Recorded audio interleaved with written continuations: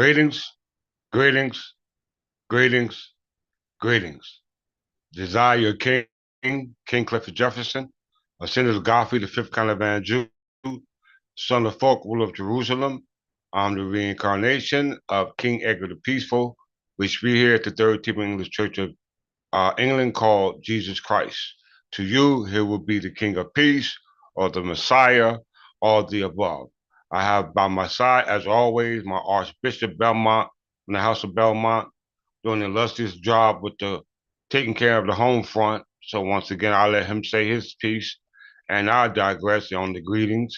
And once he give his piece, well, I'll continue, and then we can get on with this marvelous lesson. I digress. Greetings again, brothers and sisters within the Kingdom of England, Empire Albion. It is I, once again, Archbishop Belmont from the Noble House of Belmont. And once again, this is the Third Temple English Church of England, bringing you another beautiful lesson headed by our King, King Clifford Jefferson from the Royal House of Plantagenet. Also want to give honors to our Queen, Queen Godwinson, who's not available right now at the moment. But once again, we give love to all of those brothers and sisters, trustees within the Third Temple English Church of England. Today is December 31st, 2023 of the Gregorian calendar, which is equivalent to 2973 of the Berber calendar. And we know many of you brothers and sisters out there today are getting prepared for your fiscal new year. Even though, January 1st is not the true new year, that's only the fiscal new year. And those of you who are understanding yourself as being Berbers, our new year is January 14th, which is the King's birthday. So once again, we welcome you to this beautiful lesson. The King has done a marvelous job in tailoring everything that needed for those of you to be able to usher yourself within the church itself, which is your home, especially those of you who are English heirs and descendants from the Kingdom of England, Great Britain.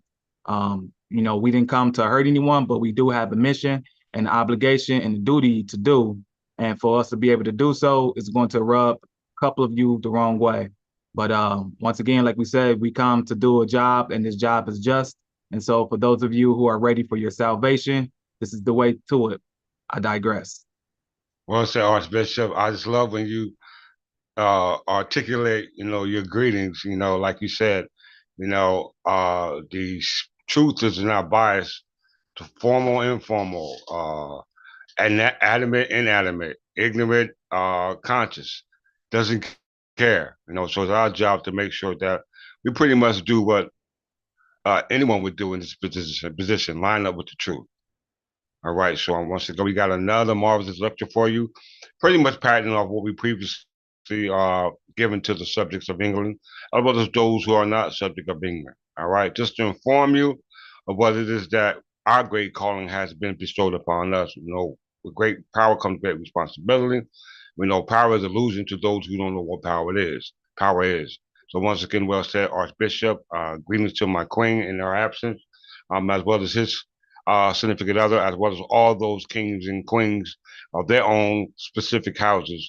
We greet you with this marvelous lesson today. This is pretty much is going to be a reiteration of all the lessons that has been done thus far here at this podium by myself, as well as Archbishop Belmont, as well as all those who have attested to the teachings of the Third Temple English Church. But this one is going to be a doozy. All right. If this don't scare you, then nothing will. If this doesn't scare you, nothing will. So Absolutely. I suggest all those, at the sound of my voice, take this to your leaders. All right. Take this to your governors. Take this to your president. Take this to your religious societies, your school teachers, your math teacher, your gym teacher, every activity that you are subject to in your everyday endeavor as a citizen. You need to question them on what's about to be revealed today. And it's all is going to be in reference to or be revealed to you by way of what we call Dred Scott case. So I'll let Archbishop say a couple more words before we get into this marvelous lesson. I digress. Once again, brothers and sisters, for those of you who have been paying attention all the way up to this point, this information is concrete. We live in a reality where many folks are putting themselves together via the abstract stories that they have come to learn and know on their own cognition. And a lot of these stories that we have been thinking or taught to believe as been truth are nothing more than a fabrication of someone else's history that you know nothing about. And the only way for us to be able to bring you to the proper state of mind, we must use what you are used to using in your everyday life. And right now, what's keeping you pretty much held down is your ignorance of the law, because within that law, you can find your history. And within that history, you should be able to find yourself. And so, like we said, that we're not coming here to change the law. We're here to uphold the law. The reason why we're here to uphold the law, because the best law that the world have known to come and accept is English law. That's right. English law is considered the perfect law. It is the law that all countries, domestic and foreign or international, are coming to accept and learn for them and their own citizens. And so you, especially those of you within the British American colonies called the United States, you have the privilege to be able to actually understand that you actually live within the Kingdom of England if you know your history. But for you to be able to accept that, we got to actually take you through the corridors of the mindset of a slave, and from a mindset of a slave to the mindset of royalty.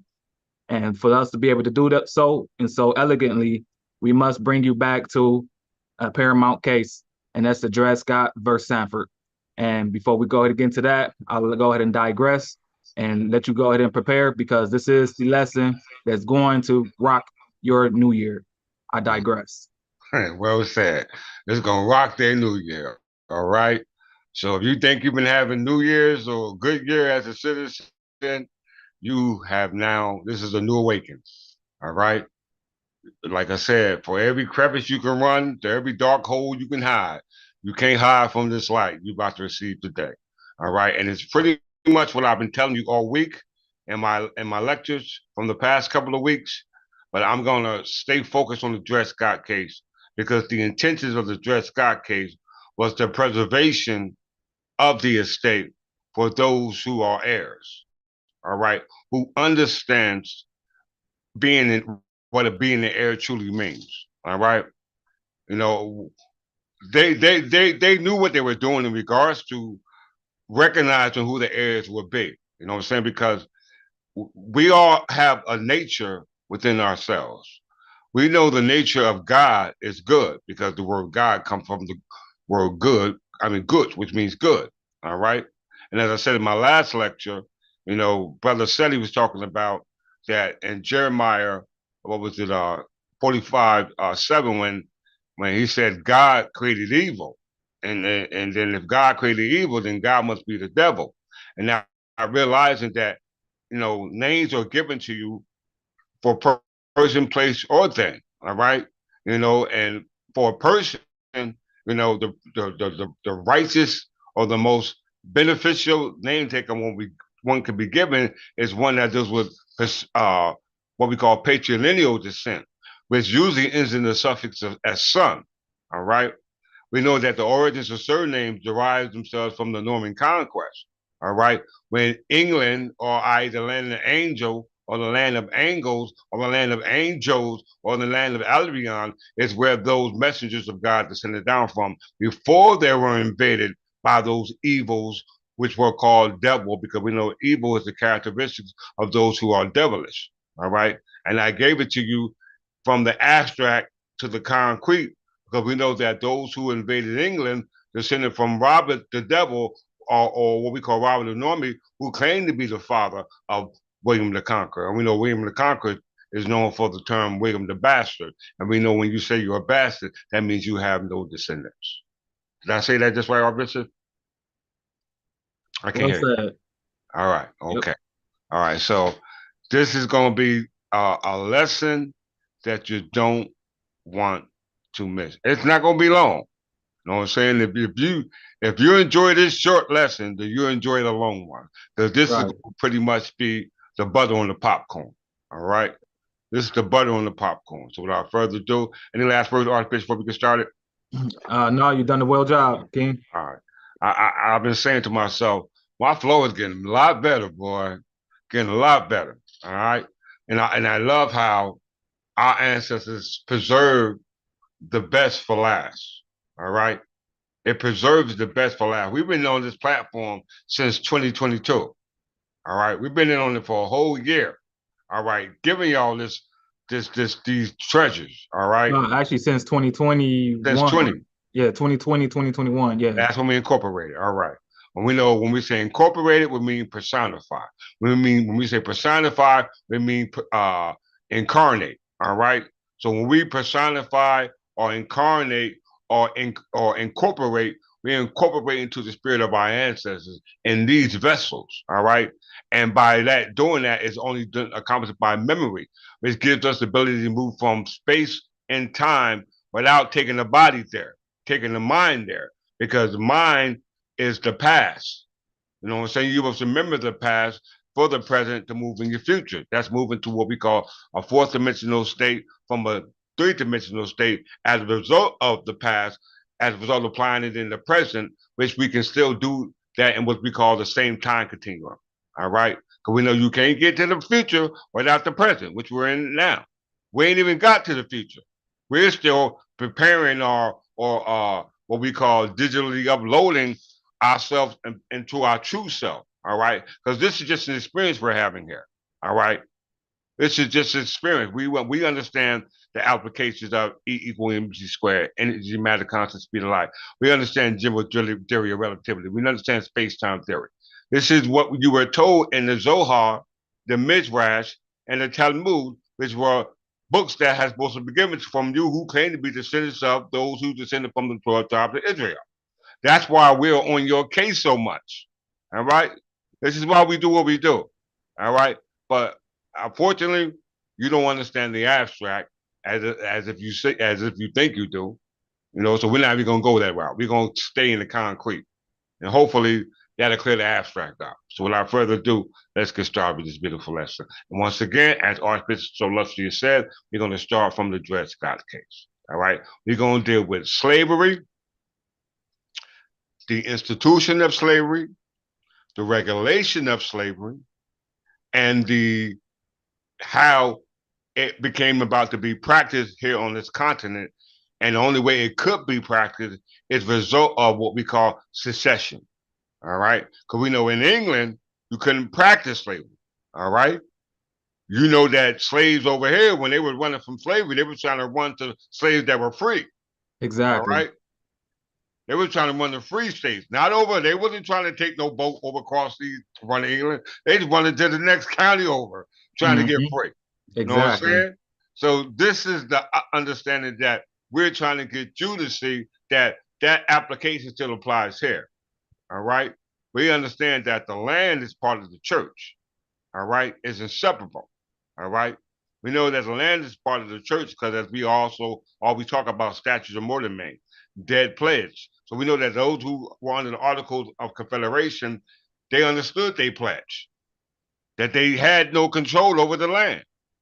All right. So this is why they separated church from state, which one of the founding fathers, Thomas Jefferson, did through the Virginia Freedom of Religion.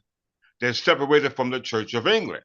And we know that the Church of England, as established by Henry VIII back in the 15th century, was the one who gave headway for the House of Stuarts, who the ones who became the monarch sitting on the English throne, which we call the crown, which controlled crown land, which is intel for you heirs who we're trying to reach here today in England. Because it wasn't this established over there in England when Henry VIII was functioning. It was established here on this continent in Virginia.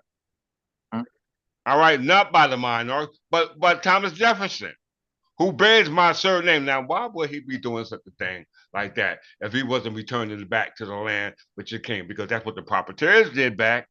They returned it back to the crown in New Jersey in 1702. And we know the crown is perpetual. It's indefinite. All right. So if the crown is indefinite, then it's indefinite as it was in 1702, going back to time immemorial, when it was indefinite before we were forced under Christianity by the Church of England, which was disbanded in the 17th century, going back to the conversion of the Anglo-Saxons to Christianity by Pope Gregory XIII. And this is why our Jesus Christ is King Edgar the Peaceful, because he's the one responsible for the completion of the English Reformation of the Benedictine monastery to remove those secular clergies which you call your popes. All right? Your doctrines of the church. Yes, they were reform. We know what reform means: to make better, to make like the original. All right. So in order for you to do that, we must say it in a language you can understand. So let's do that. All right. Any words, Archbishop? No, well said. Well said, King. Tell you, boy, this is what I do. All right. You know I gotta have my coffee. Let me take my sip. Once again, please share, subscribe, and practice. Please share, subscribe, and practice. Because if you do not, you're going to reap what we're about to teach you. All right, let's get there. This Dred Scott case.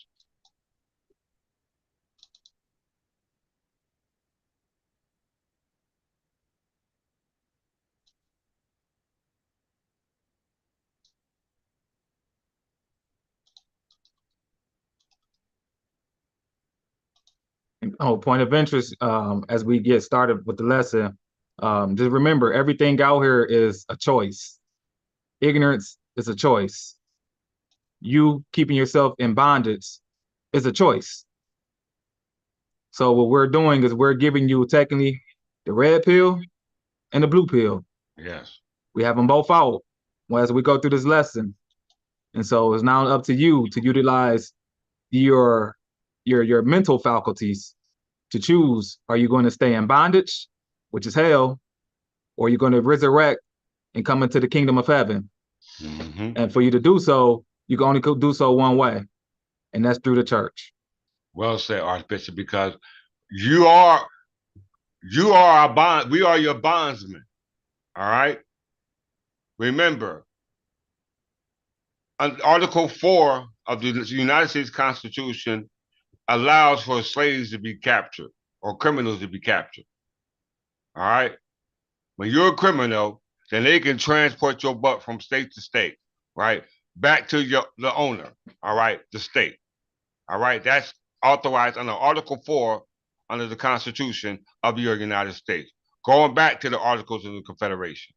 That was a statutory creation of slave regulations. All right. We must understand that all property can return back to your owner. All right. All property can return back to your owner, because we, as chattel slavery, i.e. cattle, was considered what they call chattel mortgages. You could be sold along with the property, i.e. the land. All right. And this going all the way back to the time of William the Conqueror, which is stated in this Dred Scott case. What the hell would the Chief Justice Taney know about the Dred Scott case? I mean, saying the Dred Scott case, making reference to William the Conqueror. All right. And people identify as Negro, black, colors, Ethiopian, being enslaved on the ports in London at that time. Because they're going to say that they have the right to be returned back to their bondsmen. Let's read, Archbishop. Everybody go to 369. All right. 369. The public law of Europe formerly permitted a master reclaim his bondsman within a limited period, wherever he could find him, and one of the capitularies of Charlemagne abolishes the rule of prescription. He directs that wheresoever within the bounds of Italy, either the runaway slave of the king, or of the church, or of any other man, shall be found by his master, he shall be restored without any bar or prescription of years, yet upon the provision that the master be a Frank or German, or of any other nation, foreign. But if he be of a Lombard or a Roman, he shall acquire or receive his slaves by that law which has been established from ancient times among them. Without referring for precedents abroad or to the colonial history, for similar instances, the history of the Confederation and Union affords evidence to attest the existence of this ancient law. Read that again. y'all just look over the stuff. Look at what they're saying. I said this in my last lecture. I had to do it for you again to to give you the impact that you're going to receive today. Yes, y'all are still enslaved, right? Because it's just said here. Read that last part again, Archbishop. The last part says, let me go back. Actually, let me go back Start from right here. All right, without referring for precedents abroad or to the colonial history for similar instances, the history of the Confederation and Union affords evidence to attest the existence of this ancient law. In 17... Stop right there. Okay, we're going to break this down. Without referring to prejudice abroad. When they say prejudice, that means legal citation. Yep, case legal law. cases. All right. You know what I'm saying? Documentation done by the sages of overseas. All right. Then it said here, or the colonial history. All right. And we know with the colonial history, we deal with the time when there were colonies. All right. Which they knew at that time they were subject to the crown. All right. So it wasn't like they was ignorant to it. All right.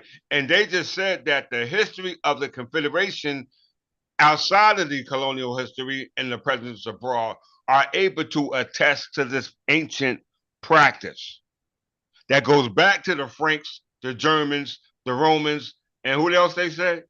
And the Lombards. They named all four of them. Franks, Germans, Lombards, and the Romans. All right. Now, the Franks, the Germans, and the Lombards and the Romans are the same ones that were a part of what we spoke about. Where that's coming from? I heard some noise. Let's go back to the Elizabeth religious settlement. I'm sorry, yeah, the freedom of religion. Where is it at?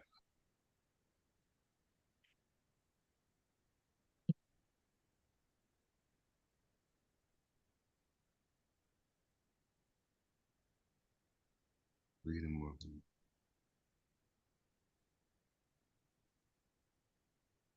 Bear with me. I know it's here. Right here.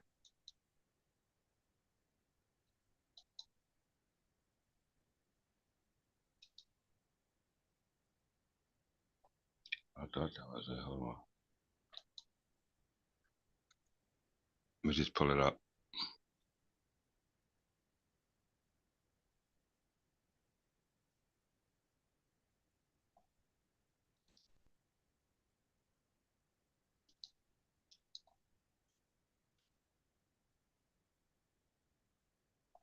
Freedom.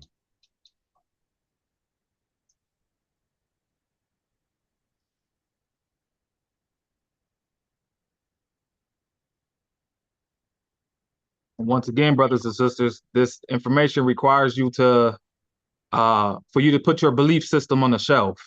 Mm-hmm. Put it on the shelf first. We're not telling you throw it away. We're just telling you put it on the shelf. And then learn and understand what it is that we're bringing from the concrete. And if this doesn't fit the narrative that you want to accept, then you go back and take your belief system off the shelf and continue to do as you please. Mm-hmm. But after this lesson, we promise you, you go question it. Okay, here we go. All right. So we just read in Dred Scott case about the Franks, the Germans, the Romans, and the Lombards. All right.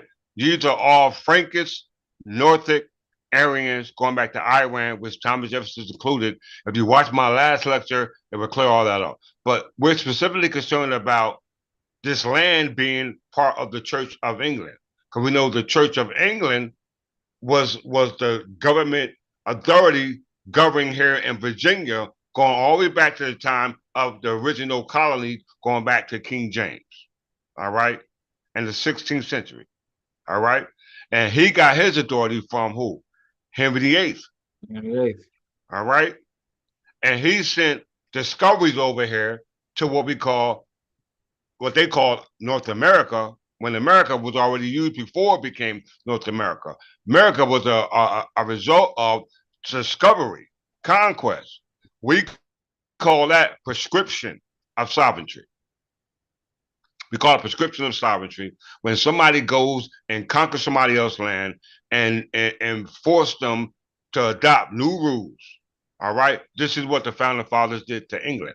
All right. Because the highest form of land ownership in North America is what we call fee simple estates. Mm-hmm. Fee simple estates are land that's parceled out to individuals. All right. You don't care who you are, you can give it to her. And it's usually left in three ways: through a last will and testament. If there's no last will and testament, then that means it escheats to the state. Then it falls under an eminent domain power, which is the police power of the state, which makes it subject to what we call prescription by easement. Easement by prescription is a non-possessory use of property that you don't own, subject to encumbrances. All right, which is a result of the violation of not having a clear chain of title. All this is going to be important as we go into the lesson. We know a clear chain of title can only be qualified by three ways: either by a title insurance company, which does not grant indefeasible title, or Torrens land title registration, which does not grant indefeasible title. Why? Because in Torrens land title chases a deed or an instrument of conveyance to the original grantor, which ultimately is going to go back to the crown. All right. Dred Scott's case is going to qualify that. All right. So back to the case. Read the first paragraph, Archbishop. The Virginia Statute for Religious Freedom was drafted in 1777 by Thomas Jefferson in Fredericksburg, Virginia, and introduced into the Virginia General Assembly in Richmond in 1779. On January 16, 1786, the Assembly enacted the statute into the state's law. The statute disestablished the Church of England in Virginia and guaranteed freedom of religion to people of all religious faiths, including Christians of all denominations, Jews, Muslims, and Hindus. Stop. Okay. So in Virginia, the first colony, the Church of England was disestablished. All right. It was disestablished. Notice they're not talking about the whole land. They're just talking about certain colonies on land. All right. Governed under a Church of England. Now let's chase the Church of England. We're just playing backtrack. We talked about this already, but I gotta keep beating you in your head, all right, until you get it. You look at it, don't have a club, you know what I'm saying? Then you'll never get it. Right. All right. Read that first paragraph. The Church of England, C of E, is the established Christian church in England. It traces its history to the Christian church recorded as existing in the Roman province of Britain by the 3rd century and to the 6th century Gregorian mission to Kent, led by Augustine of Canterbury. Its adherents are called Anglicans. Okay, so the Church of England, as we see in Virginia, as this established in Virginia by Thomas Jefferson, who produced a documentation, a legal instrument to the Congressional House of the House of Burghers, which was the house that meant free man. This is where the word freehold comes from. All right? Freehold. They were the freeholders. They wasn't free man. They were freeholders. And freeholders had the right to own land and freehold. We call that fee simple. But it's not based off you being an heir. All right? Because the land was taken from the Roman Catholic Church, which is the Church of England, not just over in England, but now we see it in Virginia. And it was disestablished in Virginia. When they disestablished in the Church of England, that's a separation from what we call church and state. All right? Yes, the founding fathers knew what they were doing. Exactly. When they separated church and state, they became the trustees of a land that they don't own. So you have a cess-to-quo beneficiary and a cess-to-quo use. The trustee has the right to use the trust for the benefit of the beneficiary. All right. But if you understand the laws passed by our ancestors, the statutes of Queen Victoria, the statutes of wills, and the statutes of there's another one. It was only statutes of wills and the statutes of uses. Yes, the statutes of wills and statutes of uses. These statutes that were created by Henry VIII, I might add, was said that it could not be used only by the beneficiary. All right. And we know the beneficiary is the heir. And when we know when you're dealing with transfer of estates by heir, it's not done by a will. It's done by a statute of disposition. All right. If there is no statutes of disposition, that only results of what we call interstate, meaning there ain't no heirs. Why ain't no heirs here in North America at the time the Church of England was here? Because all those heirs were enslaved. All the English heirs from the original English Church of England were enslaved by the Church of England from Virginia, going back to Henry VIII, going all the way back to the Roman Catholic Gregorian mission by Pope Gregory I. Why? Because we still use the calendar of the Gregorians by Gregorian 15th, Pope Gregory V, by the Gregorian calendar of Pope Gregory XV, who descended down from Pope Gregory I, who were the doctors of the church, who spread Christianity all across the European Empire. They was not here in the British Isles. You can go to Ethelbert of Kent. He'll validate that. His wife, Bertha, who was a Merovingian, was the one who forced him to adopt Christianity. And we know the Merovingian, if you know who they are, they never claimed to be descendants of God like the Anglo-Saxons. Absolutely. All right? You got to know this. This is just off the dome. Know what I'm saying? This is off the dome. So let's look there. So we understand Dred Scott case said that if a bondsman is free, he has to return him back to his bondsman. And they went so far as Franks, Lombards, Romans, and Germans. These are the same people, the same heirs who were under the authority of Pope Gregory I. Let's prove it. And point of interest, so once again, when we speak about the Church of England is not the same as the Third Temple English Church or the English Church of England. Complete separate polities. We're going to show you that is totally different. Church of England, the English Church of England. Once again, y'all say it with us. The Church of England versus the English Church of England. They left the English out of the equation and kept everything else. Exactly. All right? Let's show how they did it. The Gregorian mission, read it, Archbishop. The Gregorian mission, or Augustinian mission, was a Christian mission sent by Pope Gregory the Great in 596 to convert Britain's Anglo-Saxons. Stop. Okay. This is getting good. This is the Gregorian mission or Augustinian mission. You know, there was only 3 types of monasteries at that time. There was the Augustinians, the Franciscans, and the Benedictine. You know, the Benedictine monastery was adopted by King Edgar the Peaceful and his forefather, Alfred the Great. All right. And they followed the monks of the what they call the Saint Benedictine monks, which means the school of black monks. Contrast to the Augustinian one going back to Constantinople in 325 with Constantine, which also deals with those who descended from the Scottish kingdom of Alba, or the kingdom, or what they call the kingdom of Scotsland, going back to Queen Scotia, going back to Jacob, the Scotia stone, because it just said right here, go right down to the bottom. Along. How far did you get? Let me finish read. All right. The mission was headed by Augustine of Canterbury. By the time of the death of the last missionary in 653, the mission had established Christianity among the southern Anglo-Saxons. Along with the Irish and Frankish missions, it converted Anglo-Saxons in other parts of Britain as well and influenced the Hiberno-Scottish missions to continental Europe. Okay, look who they talking about. The Hiberno-Scottish missions, it didn't force them, it influenced the Hiberno-Scottish mission. But it converted the Anglo-Saxons. We know the Anglo-Saxons was at war with the Scottish and the Franks. Why? Because all of the Frankish and the Scottish were aligned with those Merovingians who were Bertha descended down from, who was married to Ethelbert, who was of Kent. All right, when the conversion took place, and all this was under the authority of who? Pope Gregory I. Who was Pope Gregory I? Let's get a quick syllabus on him. And point of interest, like the king said, these are all, if you realize, especially once you track the history, these people are brothers and sister tribes who just pretty much got influenced by foreigners. And when they got influenced by the foreigners, they tried to pretty much overthrow the head. The head was going all the way back to who? The King of England. All right, read this first paragraph to Christianity. Pope Gregory I commonly known as Saint Gregory the Great, was the Bishop of Rome from September 3rd, 590 to his death.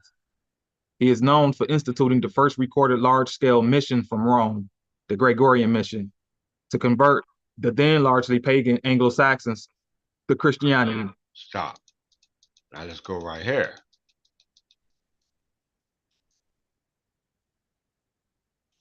Read right there. It says the realignment of barbarian allegiance to Rome from their Arian Christian alliances shaped medieval Europe. Gregory saw Franks, Lombards, and Visigoths align with Rome in religion.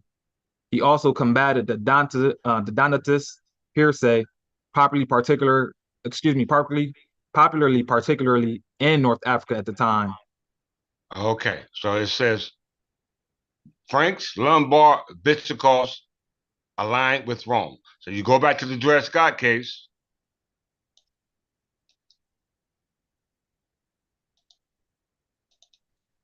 You got them right there. Franks, Germans, Lombards, and the Romans. Or any other foreign nation. Or any other foreign nation. They are making reference to these nations in this Dred Scott case about returning their slaves back to their bondsmen. All right, let's go back, go down a little further.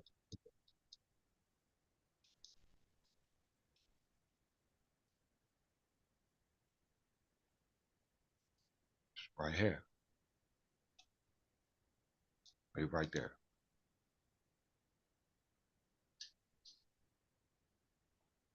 Did you see that? What number? Right there, highlighted part. Okay. The ordinance of William the Conqueror that a residence of any of the servile population of England for a year and a day without being claimed in any city, burgh, walled town, or castle of the king shall entitle them to perpetual liberty is a specimen of these laws. Stop. So the ordinance of William the Conqueror, a resident of any of the servile population of England for a year and a day without being claimed in any city, any borough, any walled town, or castle of the king shall entitle them to perpetual liberty. Why? Because there was no slavery in England. Even in the time of William the Conqueror, because we know William the Conqueror and the kings of Wessex was cool. Exactly. They had marriage alliances. All right? So who was these people that were enslaved? I'm gonna surprise y'all. Payback is up, bastard. I'm telling you. This is why y'all need to wake up. Because I'm gonna show y'all who are enslaved you. All right? The same ones who were enslaved you in the past are the same ones who doing today. All right? That's the reason why the founding fathers broke away from the Church of England, to hide the history of the Church of England and enslaved the Anglo-Saxons, i.e. the English, who you are today. They already admitted who they were. How we know they admitted who they were? Let's prove it. All right? Let's prove this. Let's go ahead. 538. I'm going to just jump around. This is how good the Dred Scott case is. I can just jump around with it. Because when Archbishop get in that court of law, this is how we gonna do. This is how we gonna be with it. I mean, and once again, brothers and sisters, this information is already in you. It's in you. You just have to accept it, you know, and don't have some type of emotional outburst from the information you see. Because every time, you know, we're so used to trying to find ourselves in history as the good guys, but don't realize that a lot of the ancestors that's inside you were the bad guys. Yeah. A lot of the people who came in with William the Conqueror weren't all bad, but all of them weren't good either.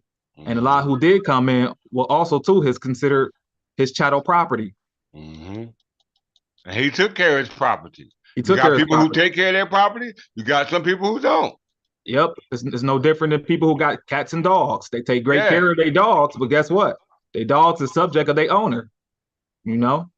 So, and back then, they did see people as mere property similar to dogs and cats today.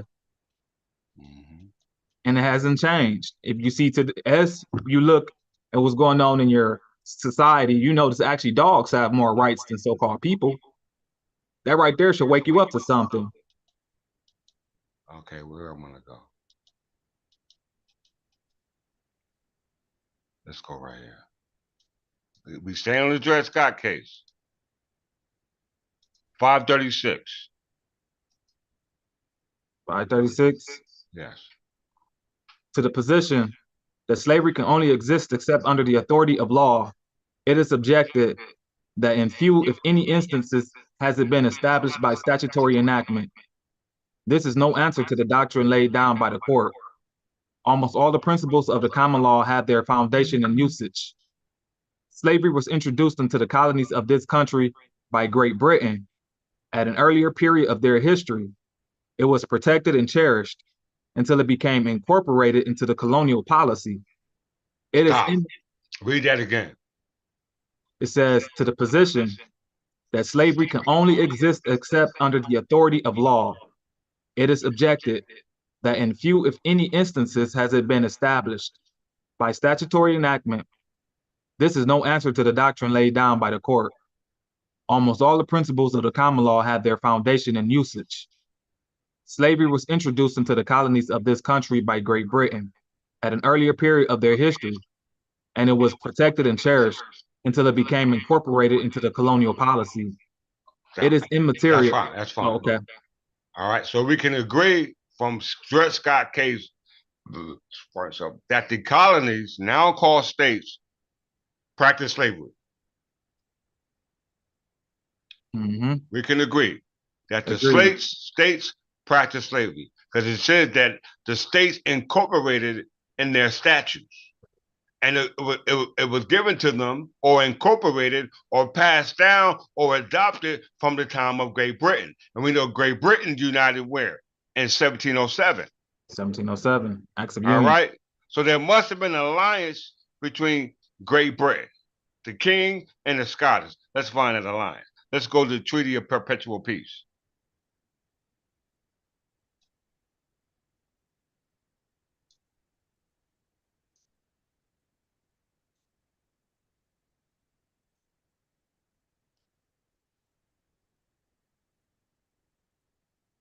Read that, Archbishop.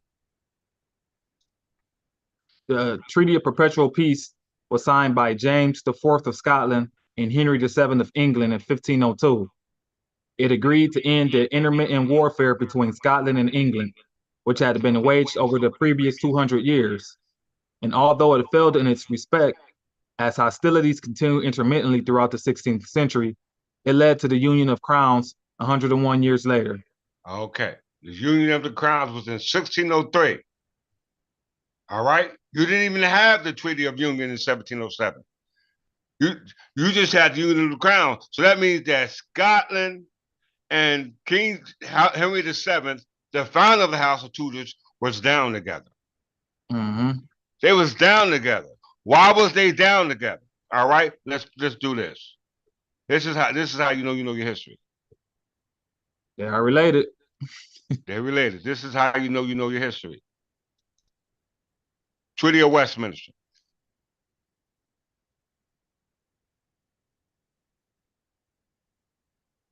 I've talked about this already. Mm-hmm.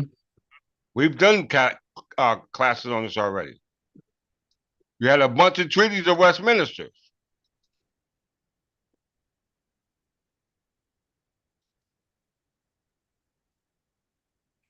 All right. The one here, 1674, is with the restoration of the crown with Charles II with the surrender of Amsterdam. All right. This is when all the charges were given to Duke of York, and Duke of York gave it to George Carteret and John Berkeley, and they surrendered it back to the crown in 1702, which the crown was New Jersey. It was called the New Jersey Provisional Council until New Jersey legislature locked up the last world governor, Benjamin Franklin's illegitimate son, William Franklin. That was his name, right? William Franklin. Yep. All right. Okay. So 1674, Treaty of Westminster was with Charles II. The Treaty of Alliance and the Treaty of Westminster 1654 goes back to Oliver Cromwell. All right, it goes back to Oliver Cromwell, and at that time you had the what we call the English Civil War between. It was called the War of the Three Kingdoms: England, Ireland, and Scotland. Before that, you had the Treaty of Westminster of 1527 and 1511. That gets into Henry VIII and the Frankish king, what was his name? St. Francis I. All right? Those wars broke down or came about as a result of this war, the Treaty of Westminster of 1462. Now, let's see what this is about. Now, point of interest, and keep in mind, remember that these feuding monarchs at the time were still descendants of the Roman Catholic Church. Yes, they were. That's the key. They're descendants of the Roman Catholic Church. So Rome has been trying to get into our state by occupying the other so-called kingdoms, and these kingdoms all pledged their allegiance to who? To King Edgar the Peaceful. Mm-hmm.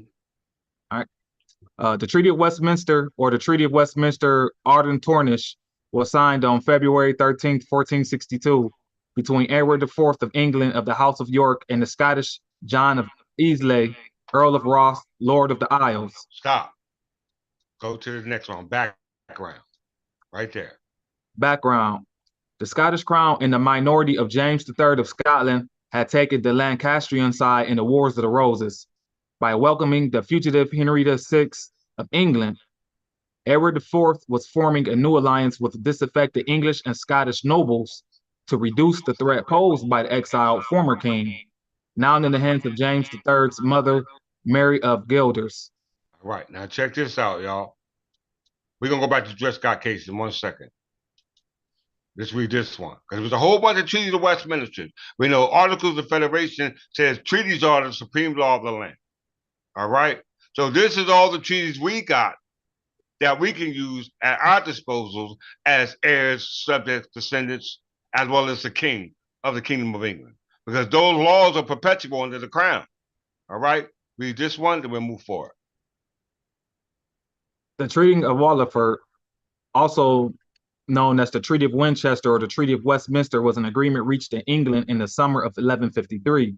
It effectively ended a civil war known as the Anarchy, 1135-1154, caused by a dispute over the English crown between King Stephen and his cousin Matilda. The Treaty of Wallingford allowed Stephen to keep the throne until his death, which was to come in October 1154, but ensured that he would be succeeded by Matilda's son, Henry II. Okay, so we know Henry I was the son of William the Conqueror. William the Conqueror was the son of the devil. We talked about it in my last class, but just to show you that the Norman conquest, when we were invaded by England, William the Conqueror agreed to still go by the laws of the kings of England. As a result of the marriage of Matilda to who? Matilda was married to Godfrey the Fifth Count of Anjou, who was the son of Godfrey the Fifth Count of Anjou, the son of the father of Henry II. Let's prove that before we move forward.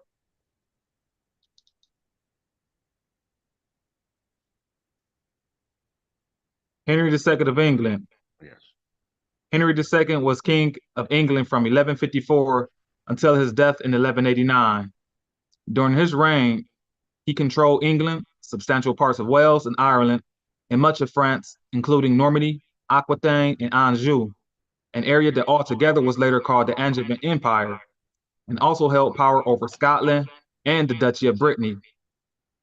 Henry became politically and militarily involved by the age of 14 in the efforts of his mother, Matilda, who's the daughter of Henry I of England, to claim the English throne, at the time held by Matilda's cousin, Stephen of Blois. Henry's father Godfrey made him Duke of Normandy in 1150, and upon Godfrey's death in 1151, Henry inherited Anjou, Maine, and Touraine. His marriage to Eleanor of Aquitaine brought him control of the Duchy of Aquitaine. Thus, he controlled most of France. Henry's military expedition to England in 1153 resulted in King Stephen agreeing, by the Treaty of Wallingford, to leave England to Henry, and he inherited the kingdom at Stephen's death a year later. Henry was an energetic and ruthless ruler, driven by a desire to restore the royal lands and prerogatives of his grandfather, Henry I. Ah, okay. So that's good. All right. So we know that Henry I, now they said the anarchy. I'm gonna hit this last point and then we're gonna move forward. This is the reason why you had the Treaty of Westminster was because of the anarchy. All right, let's go back here. The anarchy. Let's read a little bit about the anarchy. Start here. The anarchy was a civil war in England and Normandy between 1138 and 1153, which resulted in a widespread breakdown in law and order. The conflict was a war of succession precipitated by the accidental death of William Adelin, the only legitimate son of King Henry I, who drowned in the White Ship disaster of 1120.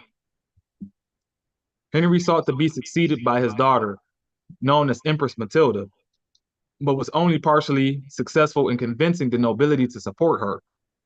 On Henry's death in 1135, his nephew Stephen of Blois seized the throne. With the help of Stephen's brother, Henry of Blois, sorry about that, seized the throne with who was the Bishop of Winchester at the time. Stephen's early reign saw fierce fighting with disloyal English barons, rebellious Welsh leaders, and Scottish invaders.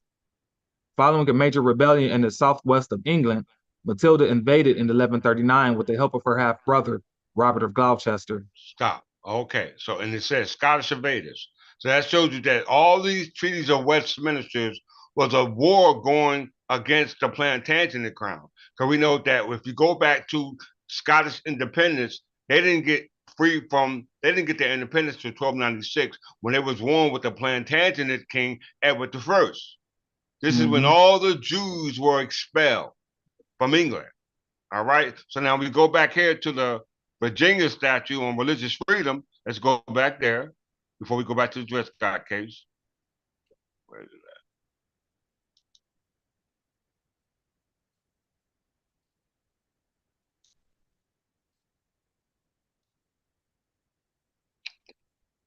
Yes.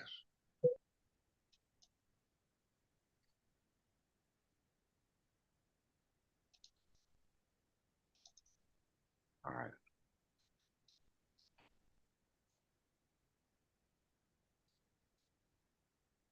Read this first paragraph. It says, prior to the American Revolution, there were no generally accepted principles of international law that required sovereign states to return fugitive slaves who had fled to their territory. English court decisions and opinions came down on both sides of the issue. The ambiguity was resolved with the Somerset versus Stewart decision in 1772. Lord Mansfield ordered that a fugitive slave from Massachusetts who had reached England, where slavery was not a legally recognized status, although not positively prohibited until the Slavery Abolition Act 1833, was a free person who could not be legally returned to his previous owners. Absent a long-standing local custom or positive legislation requiring the return, judges were bound by English law to ignore the prior legal status of the fugitive under foreign laws. Read that again. Absent. It says, absent a long-standing local custom or positive legislation requiring the return, judges were bound by English law to ignore the prior legal status of the fugitive under foreign laws. Finish up. Although the decision did not affect the colonies directly, and despite a general record of cooperation by the northern colonies, law professor Stephen Lubert wrote, we don't have to read that. All right. Okay. So it just said, Somerset versus Stewart affected the rights of slaveholders to hold slaves in English colonies. We must understand that. This is what caused the Civil War, y'all. That slavery was not allowed in the English colonies. This is the reason why when they said, and let's go back to the case law, Dred Scott.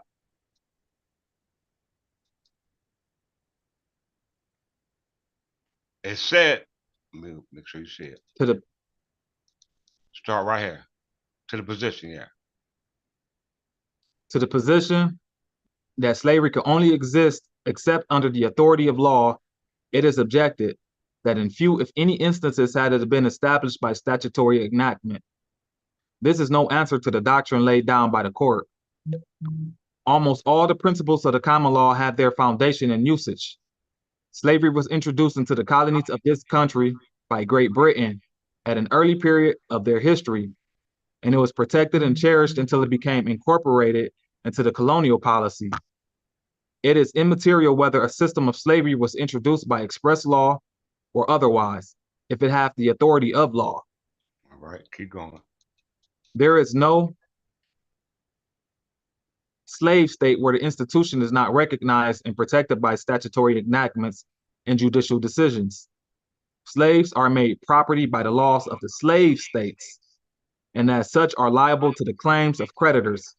They descend to heirs, are taxed, and in the South, they are a subject of commerce. Continue. In the case of Rankin versus Lydia, Judge Mills, speaking for the Court of Appeals of Kentucky, says, in deciding the question of slavery, we disclaim the influence of the general principles of liberty, which we all admire, and conceive it ought to be decided by the law as it is, and not as it ought to be. Slavery is sanctioned by the laws of this state, and the right to hold slaves under our municipal regulations is unquestionable. But we view this as a right existing by positive law of a municipal character, without foundation in the law of nature or the unwritten in common law. Did y'all hear this? Continue to read. I will now consider the relation which the federal government bears to slavery in the states. Slavery is emphatically a state institution. In the 9th section of the first article of the Constitution, it is provided that the migration or importation of such persons as any of the states non-existing shall think proper to admit shall not be prohibited by the Congress prior to the year 1808, but a tax or duty may be imposed on such importation, not exceeding $10 for each person. Did y'all hear that? According to the 9th section of the first article of the Constitution, this is the legislative branch. It just said that slavery was instituted by Great Britain in 1707, then adopted and incorporated in the colonies. Now you read in Article 1, Section 9 says that slavery was emphatically a state institution. We all know what emphatically means, right? Emphasize.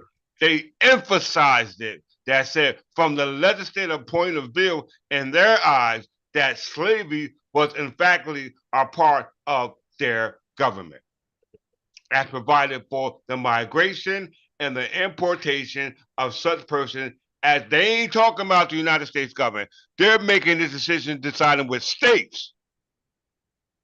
It didn't say slavery is emphatically a United States institution. It says a state institution. Why? Because all those who make up the Articles of Confederation now called the United States are institutions of slavery. Why? Because they allow people to migrate here. Why? That's a process of naturalization, right? And alienation. Because those who have rights are inalienable. Why? Because you don't have to migrate because your rights is already preserved on that land. Yep. Y'all need to understand what's going on. So if they haven't forgot about you, yep, they say, hell with them slaves, we good with them, let's get new ones. And they bring them in by busloads to this present day. When they just said in the Dred Scott case that slavery is emphatically a state institution. You don't believe me? Let's read more. Continue. It says, in the convention, it was proposed by a committee of 11 to limit the importation of slaves to the year 1800. When Mr. Pinckney moved to extend the time to the year 1808, the motion was carried. New Hampshire, Massachusetts, Connecticut, Maryland, North Carolina, South Carolina, and Georgia voting in the affirmative, and New Jersey, Pennsylvania, and Virginia in the negative. In opposition to the motion, Mr. Madison said, 20 years will produce all the mischief that can be apprehended from the liberty to import slaves. So long a term will be more dishonorable to the American character than to say nothing about it in the Constitution. They are some sneaky bastards. What better word can fit? They are some sneaky bastards. They have created legislation to justify slavery. Why? Because we know that The only way slavery could be allowed, because we know there was no slavery in England, right? Somerset case versus Stewart said there is no slavery in England. As soon as the slaves step foot in England, those foreign laws do not apply. Exactly. Remember, we told y'all that, right? That's what we're telling y'all now. We've been telling y'all that. We're telling y'all that now. Why? Because Dred Scott case is going to qualify. You don't believe me? Let's qualify it.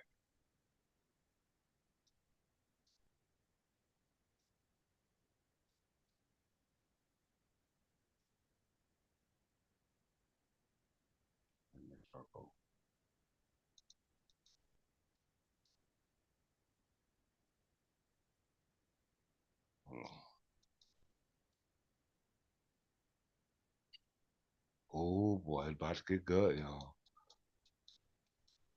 It's about to get good.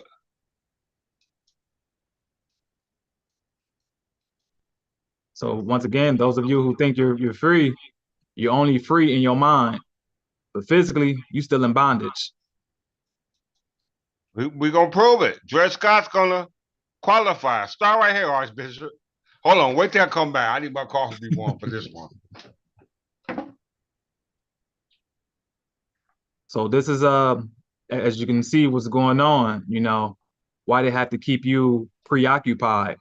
As long as you preoccupied and don't actually do research regarding the written record, in this case, the stare decisis, the case law that corroborates regarding what it is that they have you placed in status wise. And that's why we keep saying once again here at the Third Temple English Church of England, it's better for you to not know this than to know this and not do anything with it.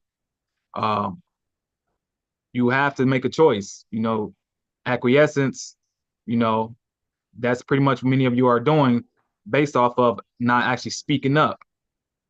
We don't see any comments, we don't see any emails or anything showing us that, the people are cognizant or they have the proper state of mind regarding themselves to put them to be able to accept their so-called their estate. They're not going to give it back to so-called those who consider non-corpus mentis of unsound mind. So what they're going to continue to keep doing is allowing you to choose your demise because they're not doing it to you. You're choosing it. It's a choice. And that's what they've been doing, giving you the option of choice, and you've been choosing bondage. So once again, we have come to bring you the pills of freedom. But for you to take that pill of freedom, you have to make a choice. And I digress. Yes, well said, Archbishop. Let me see if I want to go back a little further.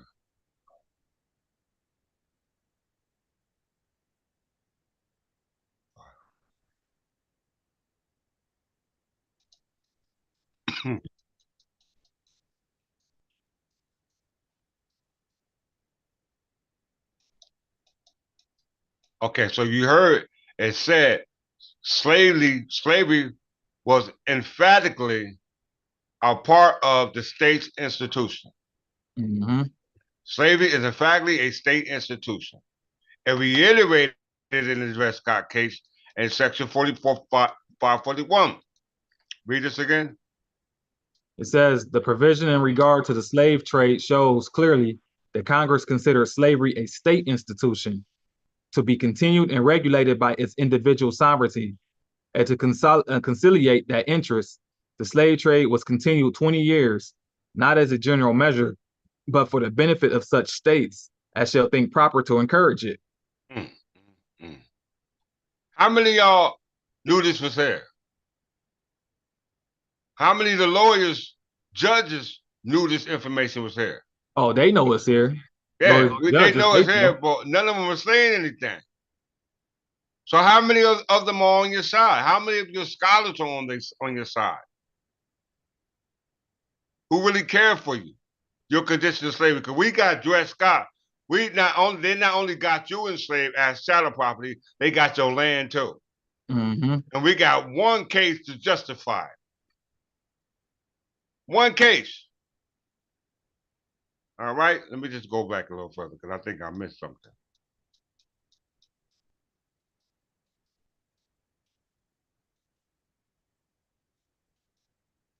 And point of interest, and if you don't fix the matter this lifetime, you will come back to have to try to deal with it another lifetime. Yes, you will. And next time, it ain't gonna probably be as easy to seek salvation as it is now. Oh no, that's this. This is gonna be a wrap. We know that the 6,000 year cycle is over. Yeah. There ain't no more incarnation. That's a wrap. It's in the Hebrew Bible. The 6,000 years is 30. Was it 30? What was it? 5784. That's 2024. Next year. So whatever's going to take place, or whatever transpires in regards to whatever the spook story and the concrete story that's supposed to be happening, is going to take place next year. Yep. Whether it's going to be physical or whether it's going to be abstract, it's going to happen next year. I'm talking about some physical transition from a state of poverty to a state of riches by return of the land. And now, all right, there will be an exodus, but it won't be us. All right. This is why they fought to keep this, because they know at one time they're going to have to go. They got to go. It says it right here in this Dred Scott case. You don't believe me? Let's read it for ourselves.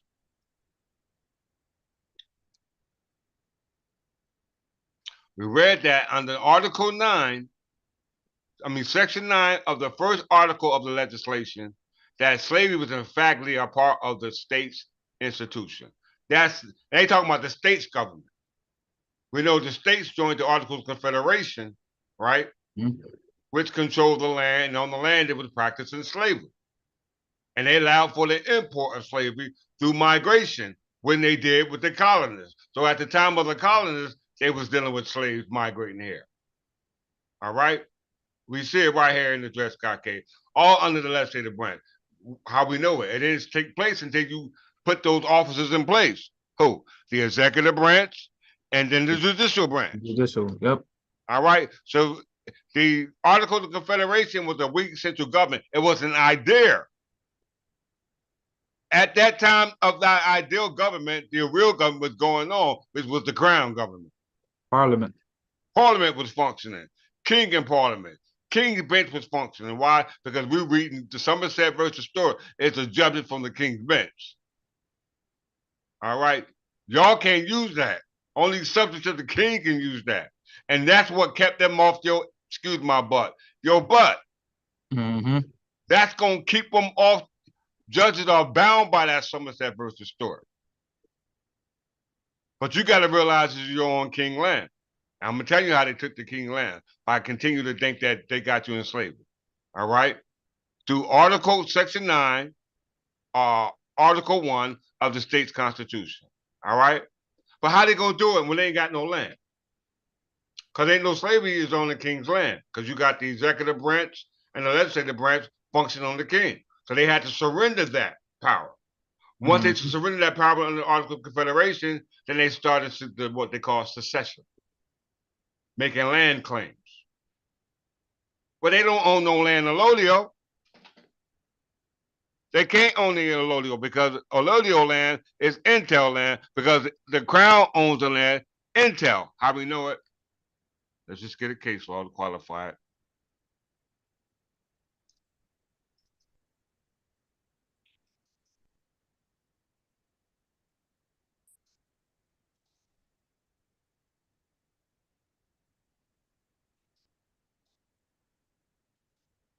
We just right here, Archbishop.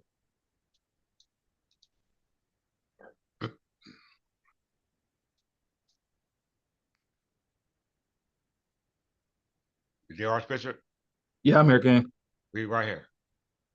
In modern usage, Escheats signifies the falling of property to the sovereign for want of an owner. And this category embraces not only property which has no other owner, but also property whose owner or whose owner's whereabouts is unknown.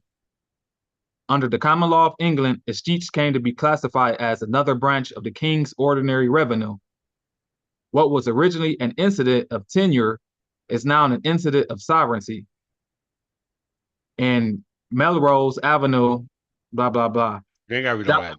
All right. The doctrine of escheat at the early common law operative only upon that which was the subject of tenure. since it related to the reversionary right of the lord to take for want of a tenant, was eventually extended to include personal property, tangible and intangible. The principle was that the right to take that which belonged to no one appertained to the crown as jure regalia. The crown steps in to take the property because it is vacant. Property described as bona vacantia is taken or assumed by the state as its own property. Property of this class falls to the crown as a matter of right in the exercise of its sovereign power. In personal estates, which are allodial by law, the king is last heir where no kin. Stop. Okay. So it's telling you, when there ain't no kin around, when all the heirs are assumed dead and gone, then the only person that can take it back is the king. The king. All right? They don't want you to know that. They want you to be fine with this, you giving out a parcel of land and having encumbrances to it, and they maintain assumed to be the sovereign under what we call prescription of sovereignty, which means that they're acting like they're sovereign. Why? Because how did they get it? They got it from a monarch. If you trace the monarch down to the original monarch, guess what? Where it says slavery started? In Great Britain. Great Britain was started with the monarchs of Stuarts. Guess why Dred Scott was a slave of the Scottish kings, and which America inherited, or the 13 colonies inherited, because it said that slavery emphatically was the institution of the state before you got the 13 colonies, because they got it from Great Britain. So when they decided to break away from Great Britain, they transferred over to what? The state. To the state. How we know that? We're going to read it right now. Back in the Dred Scott case. Right back to the Dred Scott case. Look at what they say. What was that? Right here. Right here. Start from there. In the formation of the federal... Stop. Now watch how they move from concerning chattel property, meaning subject to ownership of someone, right, to secession of land. Watch how they move from that argument to secession of land, because the only way they can own the property on the land, they got to own the land. On the land. Right? Because the king is last, what it said, if there is no heir, then king takes everything. And we know the king represents the crown. And we know the crown represents the church, because it was called the church. It was called the English throne, corporation soul, crown, entail. Entail means it's left for heirs. If ain't no heirs, then it must revert back to the crown, because the crown represents the church. And we know under the statutes of mortmain, all property remains a part of the church, and you can't separate it. That's why it's called a dead pledge. All right? When the king comes back, guess what? He personifies that property. He personifies it. All right? They're going to say it right here in the Dred Scott case. We know what crown land is. Crown land is entail. Entail. Yep. Once again, crown land is entail. The crown is the corporation soul. Once again, the crown land is entail. The crown is the corporation soul, which is personified by a natural person. So until that natural person comes in and sits in that seat as the crown, i.e. the monarch, which is the crown represents the English throne, which the monarch sits on, then that property cannot be taken back because it's stuck in limbo. That's called an interregnum. That's what you call the interregnum, when the transferring of the powers of the crown stops. There's no demise. When they say long live the king, they ain't talking about the king dying. They talking about another king coming and sit in that station. People may change, but positions don't. Rex nunquam moritor. The king never dies. Let's read, Archbishop. In the formation of the federal constitution, care was taken to confer no power on the federal government to interfere with this institution in the states. And the provision respecting the slave trade, and fixing the ratio of representation, and providing for the reclamation of fugitives from labor, slaves were referred to as persons, and in no other respect are they considered in the Constitution. We need not refer to the mercenary spirit which introduced the infamous traffic in slaves to show the degradation of Negro slavery in our country. The system was imposed upon our colonial settlements by the mother country and it is due to truth to say that the commercial colonies and states were chiefly engaged in the traffic. But we know as a historical fact that James Madison, that a great and good man, a leading member in the Federal Convention, was solicitous to guard the language of that instrument so as not to convey the idea that there could be property in man. I prefer the lights of Madison, Hamilton, and Jay as a means of construing the Constitution in all its bearings, rather than to look behind that period into a traffic which into a traffic which is now declared to be piracy and punished with death by Christian nations. I do not like to draw the sources of our domestic relations from so dark a ground. Our independence was a great epoch in the history of freedom. And while I admit the government was not made especially for the colored race, yet many of them were citizens of the New England states, had exercised the rights of suffrage when the Constitution was adopted, and it was not doubted by any intelligent person that its tendencies would greatly ameliorate their condition. Many of the states, on the adoption of the Constitution, or shortly afterward, took measures to abolish slavery within their respective jurisdictions. And it is a well-known fact that a belief was cherished by the leading men, South as well as North, that the institution of slavery would gradually decline until it would become extinct. The increased value of slave labor and the culture of cotton and sugar prevented the realization of this expectation. Like all other communities and states, the South were influenced by what they considered to be their own interests. But if we are to turn our attention to the dark ages of the world, why confine our view to colored slavery? On the same principles, white men were made slaves. All slavery has its origins in power and is against right. Read that last verse again. It says, but if we are to turn our attention to the dark ages of the world, why confine our view to colored slavery? On the same principles, white men were made slaves. All slavery has its origin in power and is against right. Okay. We can come to three conclusions: that Great Britain introduced slavery to the 13 colonies. 2, the 13 colonies adopted slavery. And they can attest, without any historical knowledge of any cross-seas presidents or any historical in regards to colonization, they can attest that a bondsman has a right to his property, all right, which slaves were considered. And Dred Scott also validates that William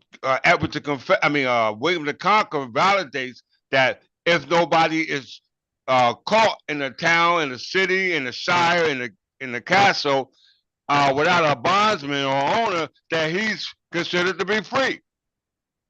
All right. So from the time of William the Conqueror to the time of Great Britain in 1707, there was freedom in England. Mm-hmm. Even when the invasion was going on. All right. Then from 1707 through the alliances of Henry VIII and James the Third through the Treaty of Westminster, which gave the start to the House of Stuarts, which became the reigning monarchs here in North America, preserved the estate with the property attached to the estate for the crown because they were sitting there. They knew it didn't belong to them, Mm-hmm. but as a result of the taxation that was put upon the colonists because they were foreigners and goods can be taxed, they was upset. Why? Because they know what they're doing to us, we did to them. Exactly. This is the proof right here. It just said, but if we turn our attention to the dark ages, not of a country, not of a shire, not of a town, it said the world. We know what the dark ages are, and we know what the middle ages are, right? The dark ages come before the middle ages, right? The dark ages get into stories going back to the Merovingians, those who never claimed to descend from God, because God always was to connect with his people, because God was with his people at that time. They called them, guess what? Lord. Lords, yep. All right. So the reason why they didn't want this to get out is because what they did back then when we enslaved them, they're still doing today. Enslaving people. Because if they wasn't, then we would be free. They didn't free you. They took the chains off it and make you assume like they're free. Why? Because that way they can use the property, i.e. the chattel, i.e. the slave, in the land itself. How we know that? Let's prove with the Dred Scott case.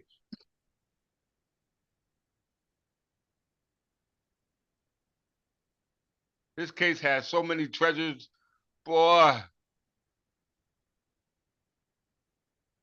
This is it right here. This is the doomsday. Like We're going to close on this. We're going to close on this.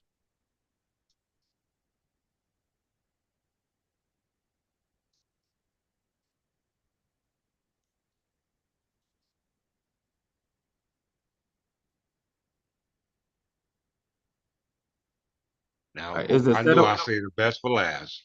It is a settled doctrine of this court. Hold on, before you read. Now, we already understood that, as they said in this same case, under Section 9 of Article 1 of the Constitution of the Articles of Confederation, that slavery was emphatically a part of the state's government, of every state's government. And before they were called states, they were called colonies. And we know that the colonies incorporated state slavery from Great Britain. And we know Great Britain was composed of Scottish kings, not English kings, Scottish kings, for their own parliament and institute their own laws from their own parliament on the English parliament. That's why you had the English Civil War called the War of the Three Kingdoms. All right? So with that in mind, as we see that since slavery was emphatically a part of the United States under Section 9 of Article 1, Section 9, in order for it to be practicing slavery on the land, which under Somerset versus Stewart, dealing with the Slave Fugitive Act, the federal government had no influence dealing with slavery or the immigration, intermigration of slavery unless it dealt with foreign trade. Mm-hmm. Unless it dealt with foreign trade. All right. So the only way it can deal with foreign trade was by succession. Add new states to the colony. That's Article 4. Because you got Article 1, legislative, Article 2, executive, Article 3, judicial. So everybody in place now. But they ain't got no land still. They ain't got no land. So they need the land. And you can't get the crown land because they're going to make preservation for respecting crown land. They're going to say it right out of their mouth in this Dred Scott case when we close. Read it, Archbishop. It says, it is a settled doctrine of this court that the federal government can exercise no power over the subject of slavery within the states, nor control the intermigration of slaves other than fugitives among the states, nor can that government affect the duration of slavery within the states other than by a legislation over the foreign slave trade. The power of Congress to adopt a section of the act above cited must therefore depend upon some condition of the territories which distinguishes them from states and subjects them to a control more extended. The third section of the fourth article of the Constitution is it is that the new state shall be admitted by the Congress to this union, but no new state shall be formed or erected within the jurisdiction of any other state, nor any state be formed by the junction of two or more states or parts of state, without the consent of the legislators of the states concerned, as well as of the Congress. Stop. So you said the territory which distinguishes them from the state. So in order for them to deal with foreign trade, dealing with slaves, they had to adopt new territory and make new laws, new rules and regulations with those states. All right, because there was no slavery in the 13 colonies in the crown. All right, this is what they're saying. So on the Section 3 of Article 4, it just said it. The third section of the fourth article of the Constitution is referred as to the only and all-sufficient grant to support this claim. So they got the Constitution granted them an unlawful grant. You were just granted an unlawful grant by your own undertaking. You know how much trouble you in? And don't nobody know. Yes, they know. They know. They're going to say it right now. Read, Archbishop. It says, the Congress shall have power to dispose of and make all needful rules and regulations respecting the territory or other property belonging to the United States, and nothing in this Constitution shall be so construed as to prejudice any claims of the United States or of any particular state. It is conceded in the decisions of this court that Congress may secure the rights of the United States in the public domain, provide for the sale or lease of any part of it, and establish the validity of the titles of the purchasers, and may organize territorial governments with powers of legislation. Stop. What this talking about is conveyance, selling, transferring. Ain't got nothing to do with ownership. Mm-hmm. That's all they can do. Every time something closed down, where you see a gate around it, right? Yep. To some other fool come and purchase it. Yep. All right. The only way you can purchase something, you must have a broker. In order for you a broker, you must have a license. That's called an easement by prescription. You can't get that easement without the government knowing about it. So the government is in on it too.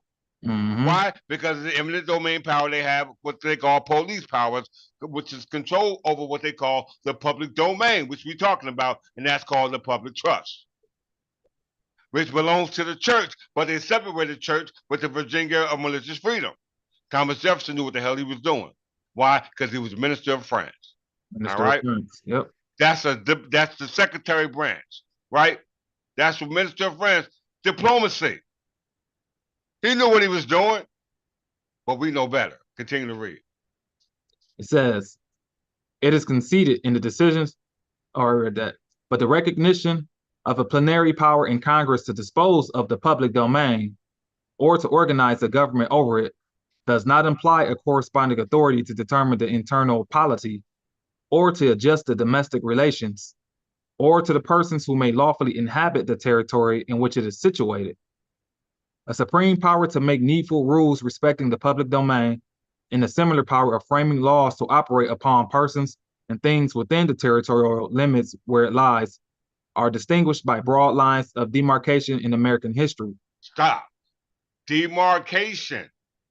So they know there's a line they can't cross. Yep, line of separation. They know there's a line they can't cross. They ain't telling you what line they can cross, but those who know what line they can't cross must know it for themselves. Exactly. We know it. Why? Because we know that the citizens are sovereign. What citizens are we talking about? Because Johnson versus McIntosh, Martin versus Waddell, all deal with the king as the only trustee of the public trust. Because there is no such thing as a cesspool grave. Because all land is on Lolio land, and we know as Parsons, the attorney for the state, against what was it, Standard Oil Company, because he said when land is allodial, the king is next of kin. All right? That's Supreme Court of the United States. Continue on. It says, in Johnson versus McIntosh, they say, according to the theory of the British Constitution, all vacant lands are vested in the Crown, and the exclusive power to grant them is admitted to reside in the Crown as a branch of the royal prerogative. All the lands we hold were originally granted by the Crown, and the establishment of a royal government has never been considered as impairing its right to grant lands within the chartered limits of such colony. And the British Parliament did claim a supremacy of legislation coextensive with the absoluteness of the dominion of the sovereign over the Crown lands. Did you hear that? So they recognize Crown land, and we know Crown what? Land is what? Intel. Intel. They recognize it. They made provisions for it. All right? Based off its absoluteness. Why? Because it passes not by way of a last will and testament or some instrument written up by an attorney or something you went and found with the county clerk.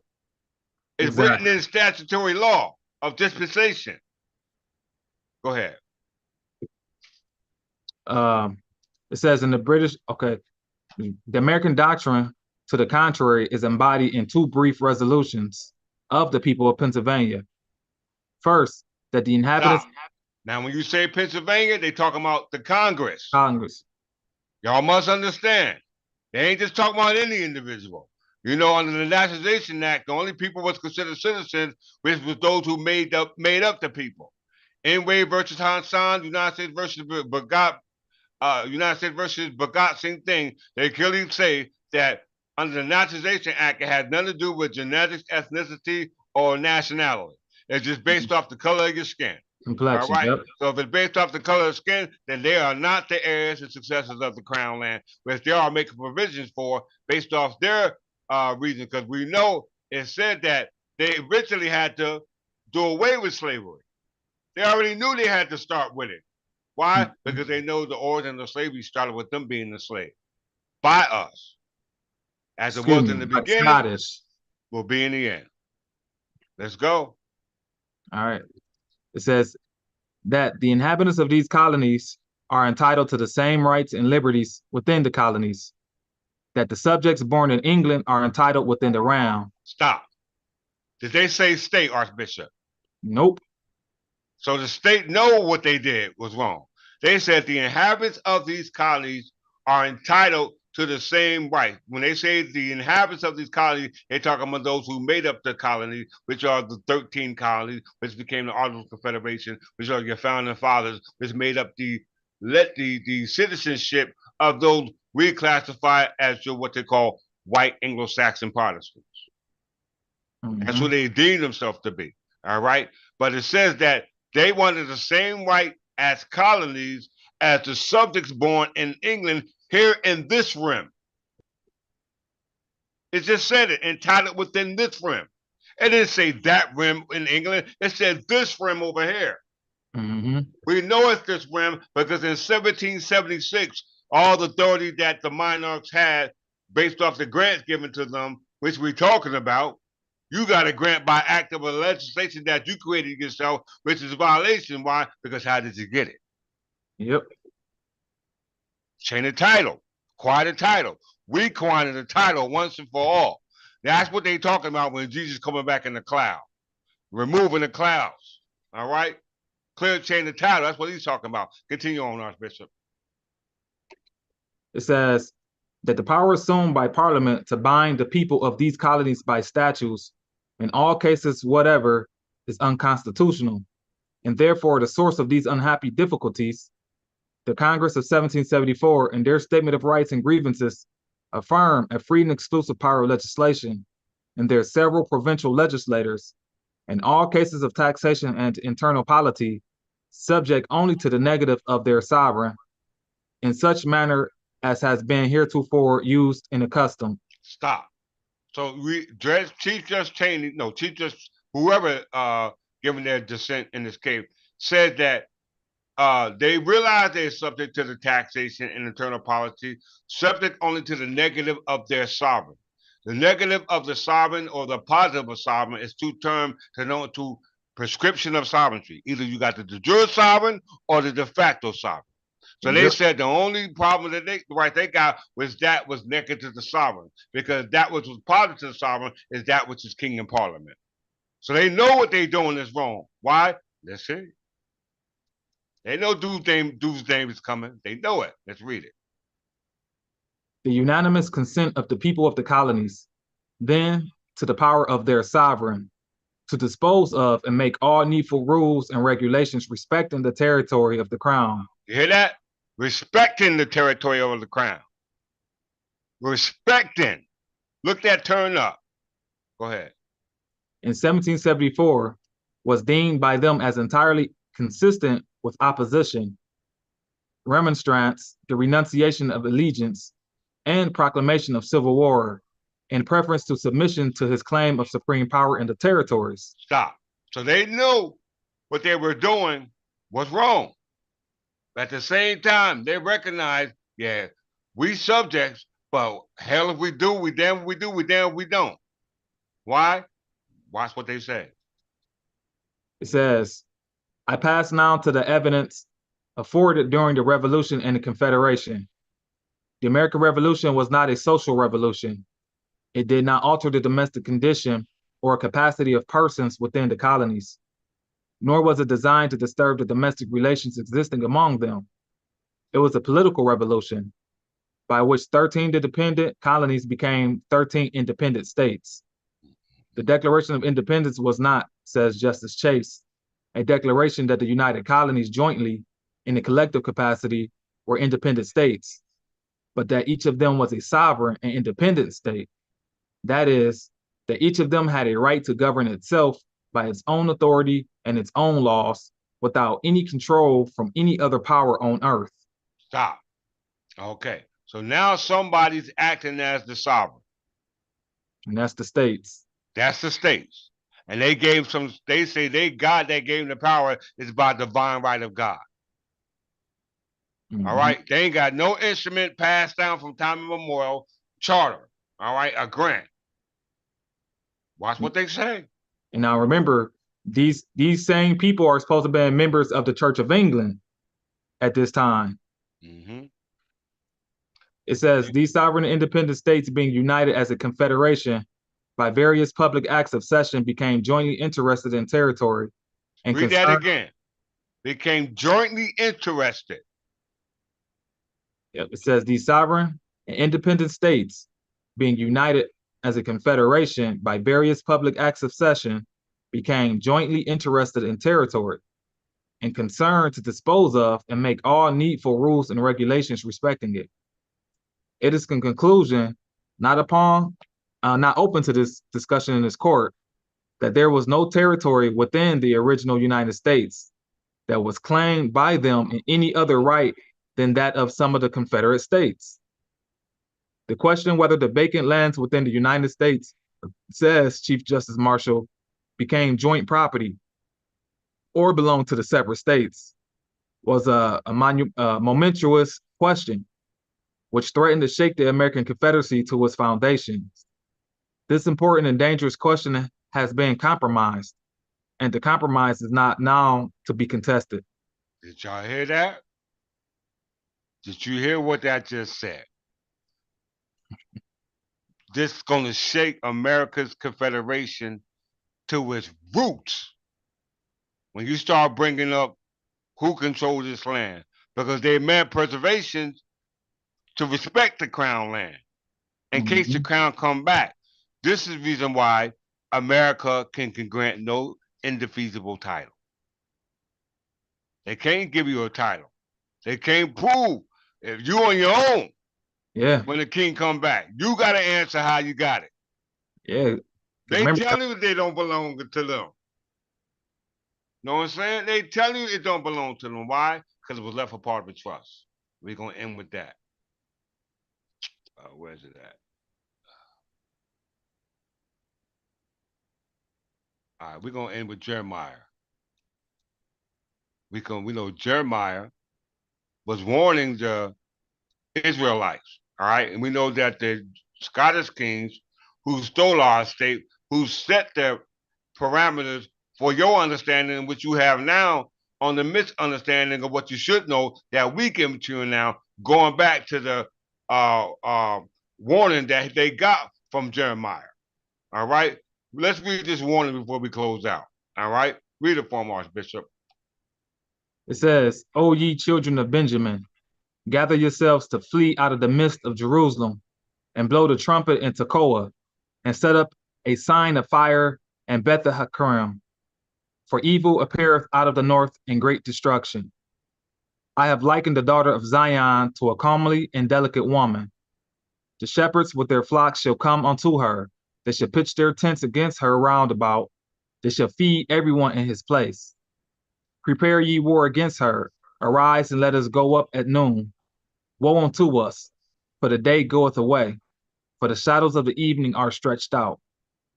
Arise and let us go by night, and let us destroy her palaces.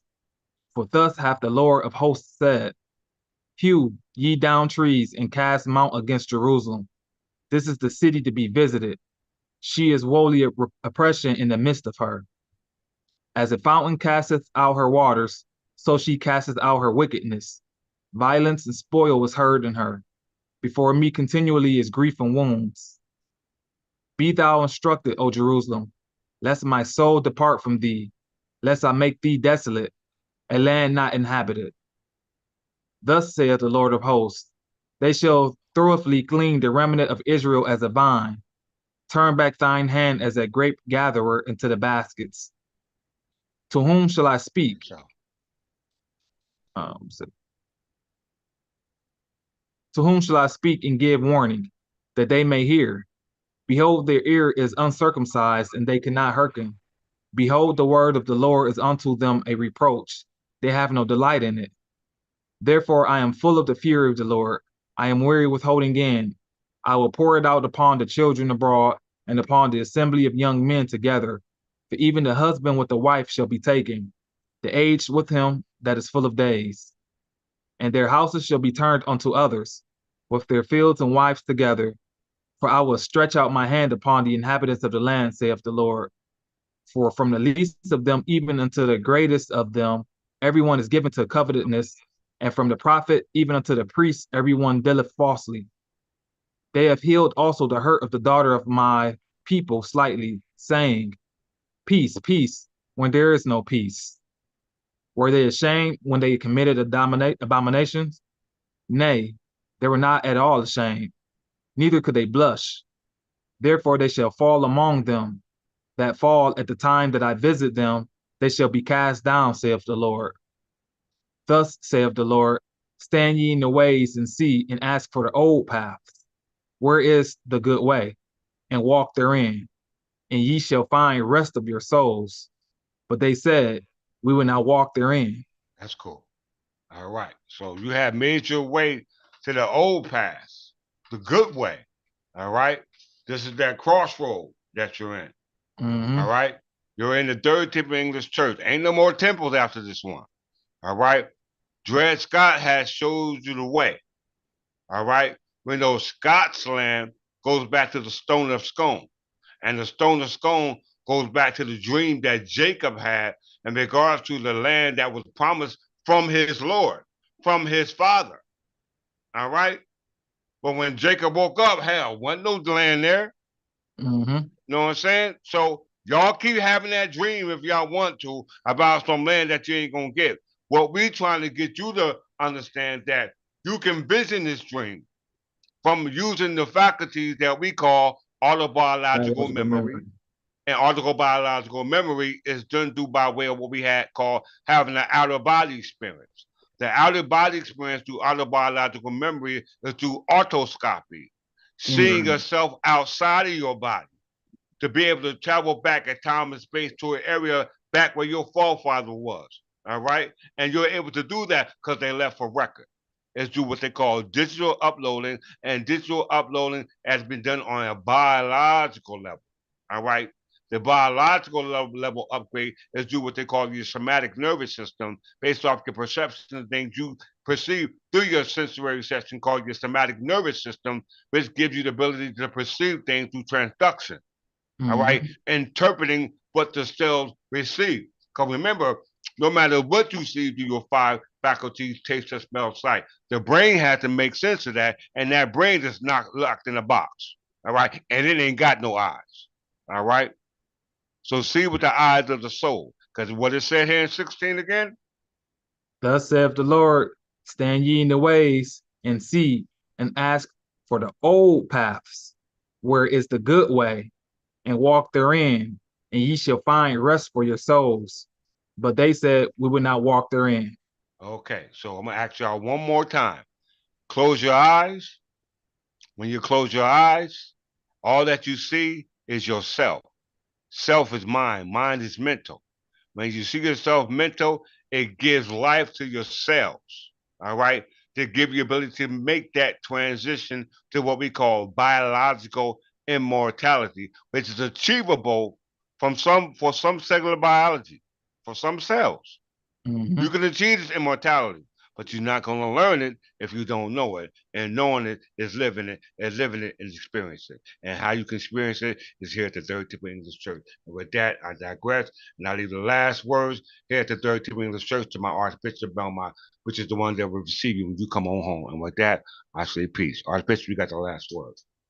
Well, there you have it again, brothers and sisters, within the Kingdom of England, Empire of Albion. Um, the king has done a marvelous job breaking down the Dred Scott case versus Sanford within the own court rule or court world. Their own mouth is reiterating the same thing that we have been saying since the day that we stepped on this platform. And nothing is going to change. The words, the verbiage, it's not going to change. Like I said, there's nothing new underneath the sun. So even from the courtroom all the way to the biblical story, they're all pretty much are telling you the same thing, that there's a specific people here in this day and time right now who was promised to receive something. And the only issue why they can't receive it is because they have no idea who they are. And the only way for you to know who you are, you have to go home. And within your home, there you will find those who can teach you about who you are. So therefore you can have your salvation here on earth. And like we say, we come for our own. And like the court or like the scripture said, our own receive us not. So we don't expect many of you to actually start doing the work, but those who have will notice that there's no other way. This is the way. This is the old way. And like we said, we come for our own first. So with that being said, I digress. For those who have been paying attention to the words and the sound of our voice, make sure you're doing your due diligence, because if you notice what's going on the planet, things are amping up. And as things are amping up, you see more people are either trying to leave here or trying to go somewhere. And based off of the court case that you just read, you can't escape your bondsman.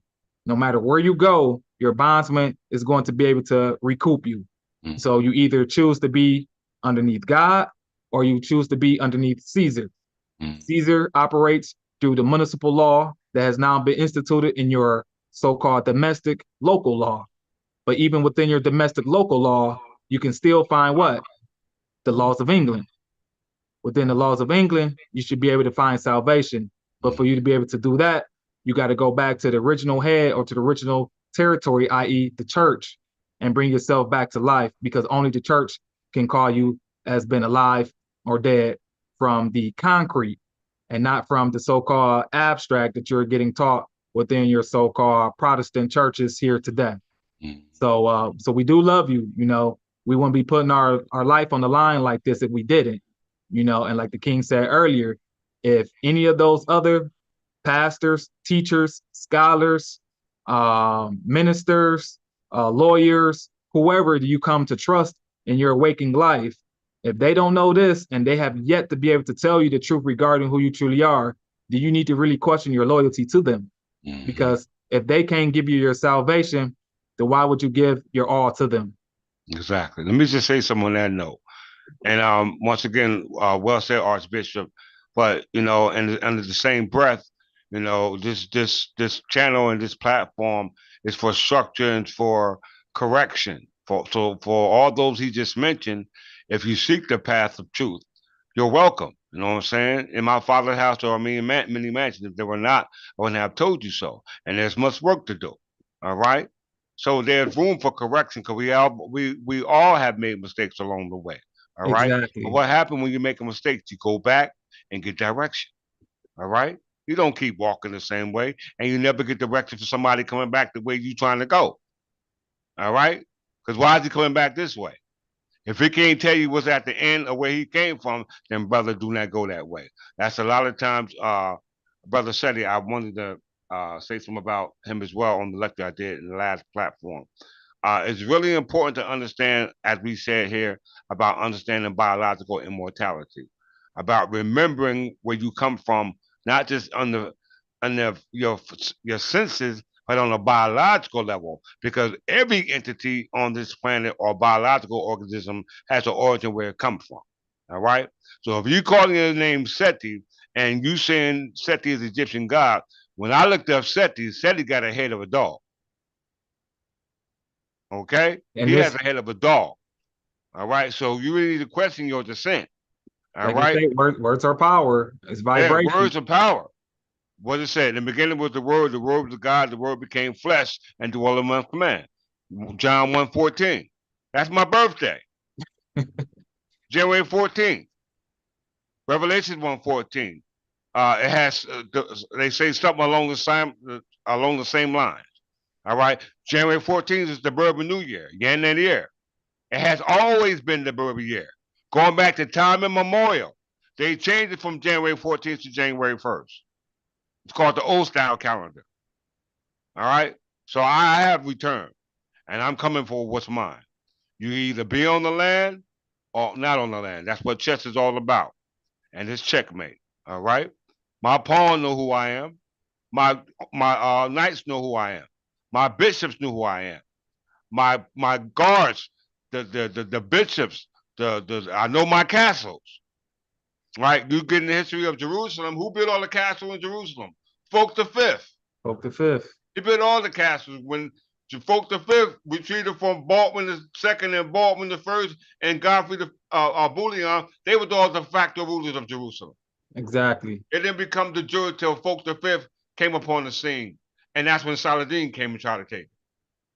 All right, that's Godfrey's family. That's the angle. Let me just show this real quick, and then we gone. Anglo. It's Norman as well. Mm-hmm. Where is it at? And once again, for those of you who like to do your research, you know, like I said, we call ourselves angels. And the scripture says that Christ was going to return with his ministry of angels or his host of angels. And guardian angels return either to save a person, a people, or a nation. Mm-hmm. And we have come to save our own, which is the English nation. Let's look at English first.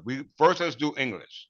All right. Because we say English, we also say the Anglo-Saxon Berbers, because we know that the Saxons were tribes that amalgamated with the Angles. And we know and King Edgar was the first king to come in to establish a rule that was out war.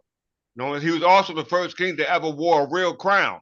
All the other kings had helmets on. Why? Because everybody was trying to be the divine king and resulting in war.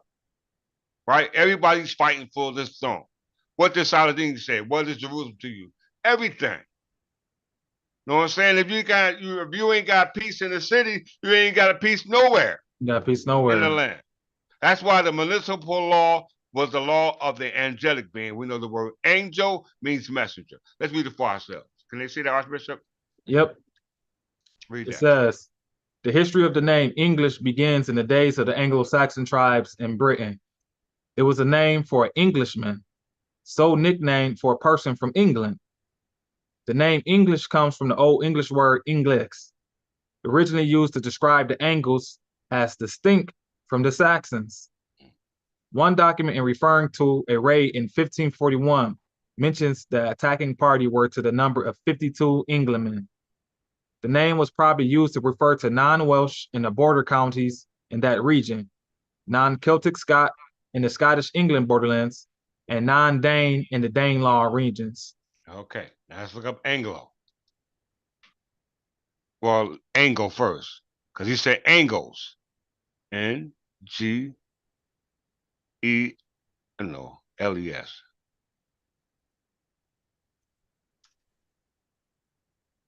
All right. Angles. The history of the Angles name began with the ancient Anglo-Saxon tribes of Britain. The name is derived from the Old English personal name, Angel, which is derived from the Latin angelus, from the Greek angelos, which means messenger. The personal name also appeared in the feminine forms of Angela and Angelina. The name is denoted for one who acted as a religious messenger or as a messenger from God, a nickname for an angelic person, descendant of Angel, a man's name in England. Okay, so let's look up Anglo.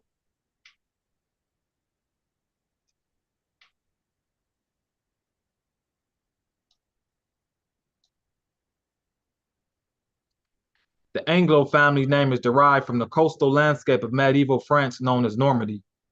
Their name originated with the early member who was a Norman resident of English extraction. The name Langlos refers to the Angles, a race who once inhabited England, and after whom the country is named. Rendered El Angeles in modern French, the name essentially means the English.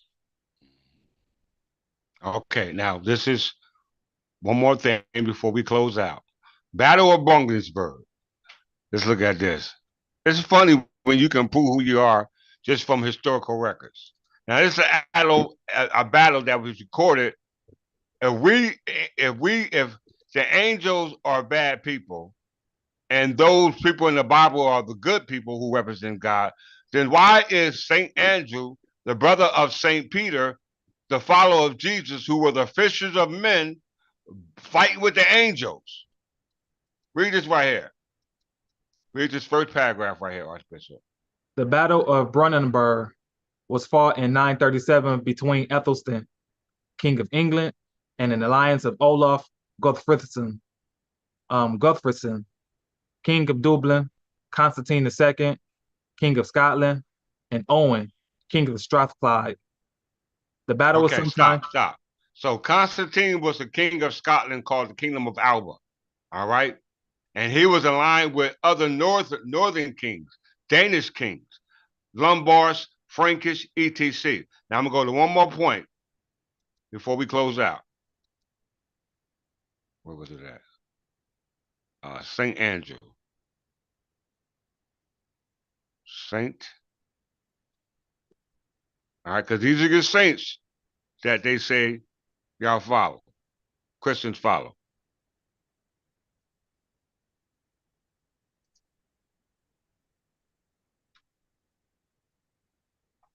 Okay.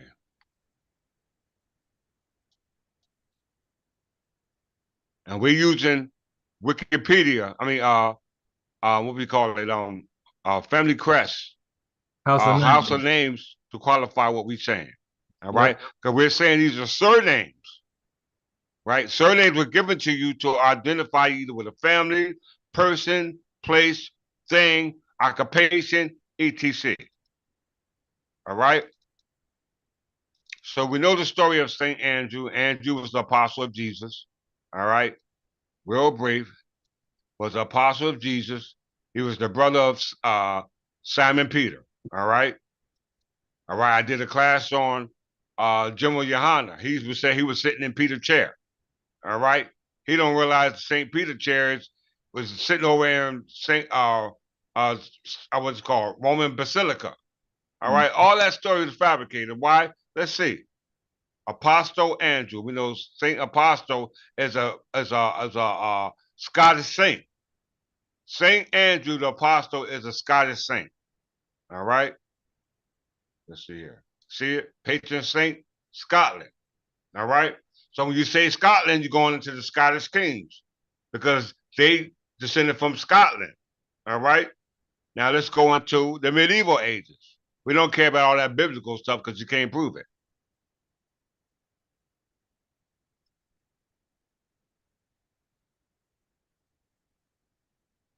Now watch this. Cyprus. You know, Cyprus was the one who that's Cyrus, my bad. That's Cyrus of Persia. Let's go down here to Middle Ages before we close out.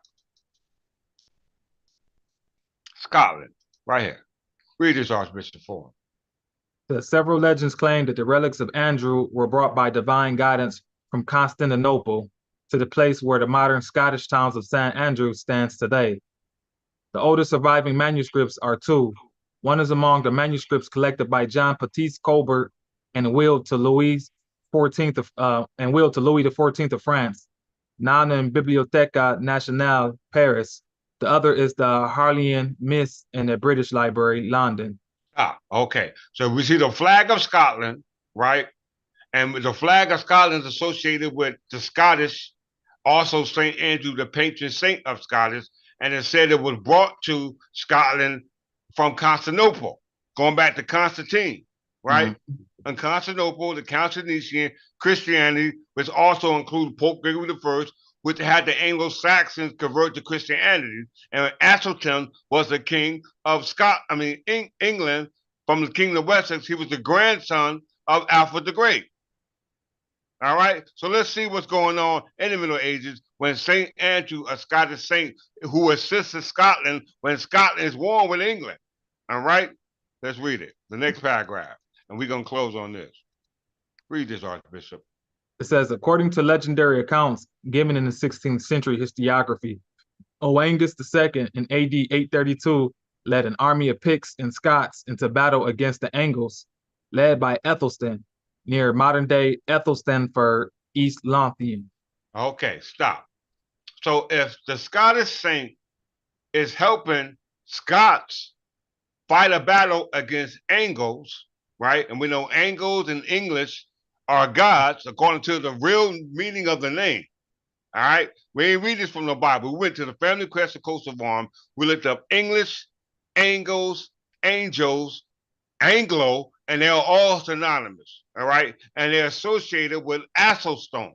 All right. Athelstone means noble stone. All right.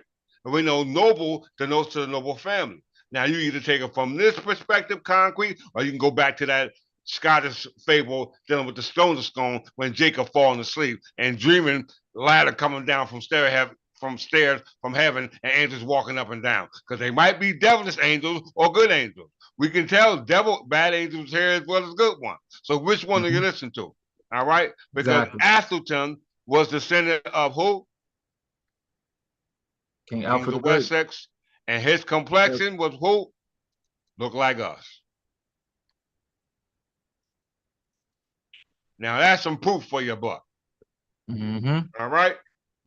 That's some proof. And he was part of the English Church of England. How we know that? Let's close out on that. The English Benedictine Reform. You see him right there. You see a saint, dark-skinned, and what they call the illuminated manuscript, as well as Athelton. You see the complexion, whitewash. All right? We go to the English Benedictine Reform, which we'll close out on.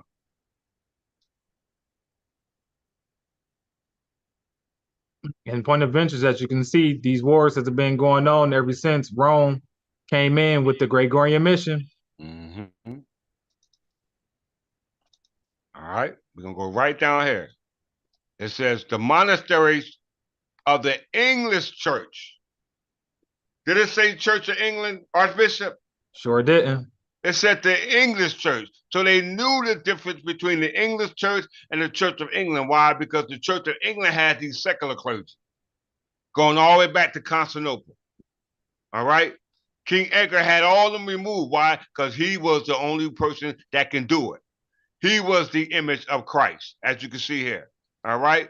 And what was the basis of the Reformation? Because we know reform means to make like new. Why do you think it's the English Third Temple English Church of England? We're reforming what the Articles of Confederation did on behalf of the undermining that was did by Great Britain when they occupied de facto the office of the throne.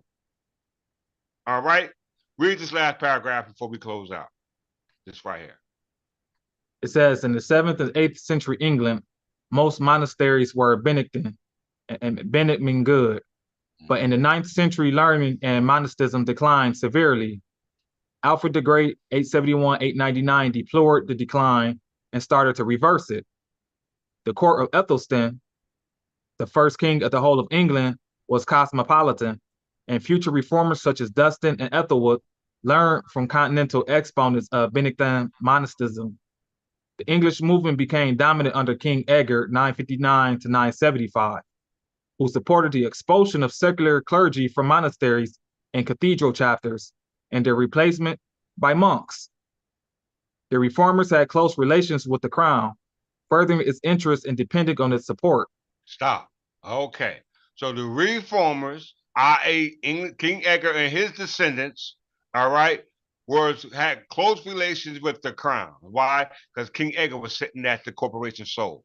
He was sitting at the king at that particular time. All right. And we know I'm the reincarnation of him. Why? Because he died in 975. I was born in 970, just roughly 5 years difference.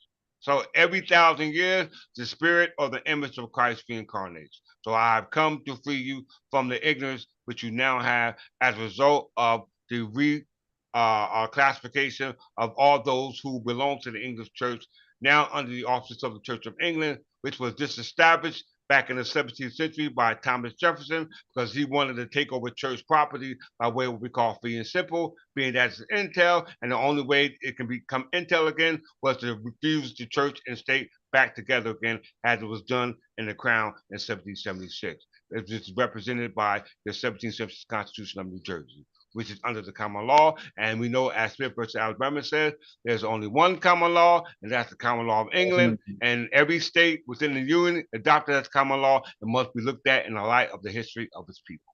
And with that, we here at the Third Temple English Church of England, in favor of our ancestors, our saints and martyrs who died as a result of the cause, we ask you to join the cause if you have the courage to do so. And I leave all words to Archbishop and the outgoing. And I say peace.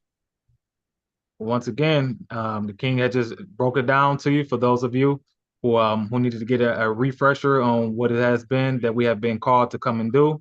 For those who want to help us, like I said, on this pilgrimage, because that's what it is. It's a pilgrimage back home, or in this case, we can say the Crusades back home. And our obligation is to protect those who are ushering or finding their way back home by allowing them to be able to see the light that's coming not only from our voice, but within our actions as well.